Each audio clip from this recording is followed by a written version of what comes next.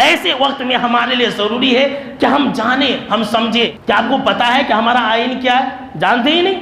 ہمارے آئین اور ہمارا جو دستور ہے وہ بھی ہمارے مذہب کے خلاف نہیں تعلیم دیتا ہے۔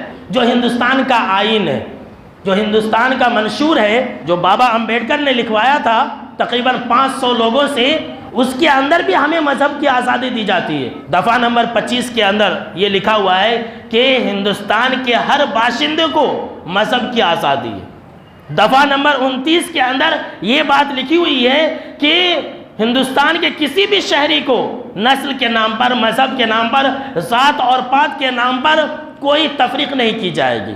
بنیادی طور پر دیکھیے ہمارا جو آئین ہے یہ 5 حقوق دیتے ہیں، دیکھیے، اور ہر ایک کو حق دیتا ہے۔ یہ الگ بات ہے کہ اسے چھپایا جا رہا ہے۔ آج ضرورت اس بات کی ہے کہ ہم اپنے آئین کو جانیں، کہ پہچانیں کہ ہمارا آئین کیا کہتا ہے۔ دیکھیے ہمارا جو آئین ہے یہ ہمیں اس بات کی تعلیم دیتا ہے کہ ہر انسان کو، ہندوستان کے اندر جتنے بھی رہنے والے لوگ ہیں، ہندوستان کے اندر جتنے بھی رہنے والے لوگ ہیں، سب کو مذہب کی آزادی ہے۔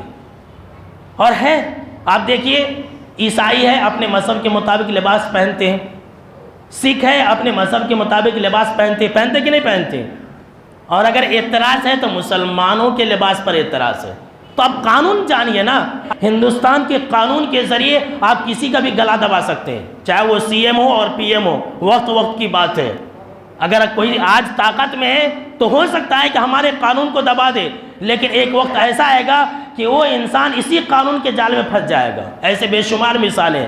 دوسرا یہ کہ برابری کا حق، ہمارے آئین کے مطابق ہندوستان کا ہر شہری برابر ہے، چاہے وہ مسلمان ہو، ہندو ہو، سکھ ہو، عیسائی ہو، یہودی ہو، کوئی بھی ہو۔ اس کے بعد تیسرا یہ کہ آزادی کا حق، مذہبی آزادی الگ، آزادی اور برابری کا حق۔ آزادی، ہر انسان کو آزاد ہندوستان میں جو چاہے کر سکتا ہے، یہ ہمارا قانون ایسا ہے، ہم اور اب قانون نہیں جانتے۔ اس کے بعد تعلیمی حق، دیکھیے ہر انسان کو یہ حق ہے، ہمارا آئین دیتا ہے کہ ہم کہیں پر بھی تعلیم حاصل کر سکتے ہیں، کسی بھی سرکاری اسکول کے اندر، کسی بھی پرائیویٹ اسکول کے اندر ہم تعلیم حاصل کر سکتے ہیں۔ اس کے بعد 5واں حق یہ کہ اگر آپ کے اوپر کوئی ظلم کر رہا ہے تو آپ اس کے خلاف بھی جا سکتے ہیں، چاہے وہ بڑے سے بڑے عہدے والا کیوں نہ ہو۔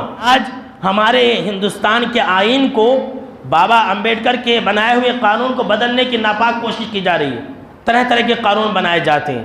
حجاب پر سمجھ لیجئے کہ مسئلہ اٹھایا گیا۔ ہندوستان میں جو ہماری ہندو بہنیں ہیں ان کا مرڈر ہو رہا ہے، ان کا ہی ریپ ہو رہا ہے، اس پر کوئی قانون نہیں ہے۔ کچھ دن پہلے ایک پولیس کی جو مسلم لیڈی تھی دلی کے اندر، اس کا ریپ اور قتل ہوا، اس پر کوئی قانون نہیں۔ کرپشن کرنے والے لوگ ہیں، اس پر کوئی قانون نہیں۔ گورنمنٹ کا مال ہڑپ کر جاتی ہے، گورنمنٹ کا مال کھا جاتے ہیں، اس پر کوئی قانون نہیں، اور حجاب پر قانون آ جاتا ہے۔ لہٰذا وقت اور حالات کو اور نزاکت کو سمجھیے میرے دوستو۔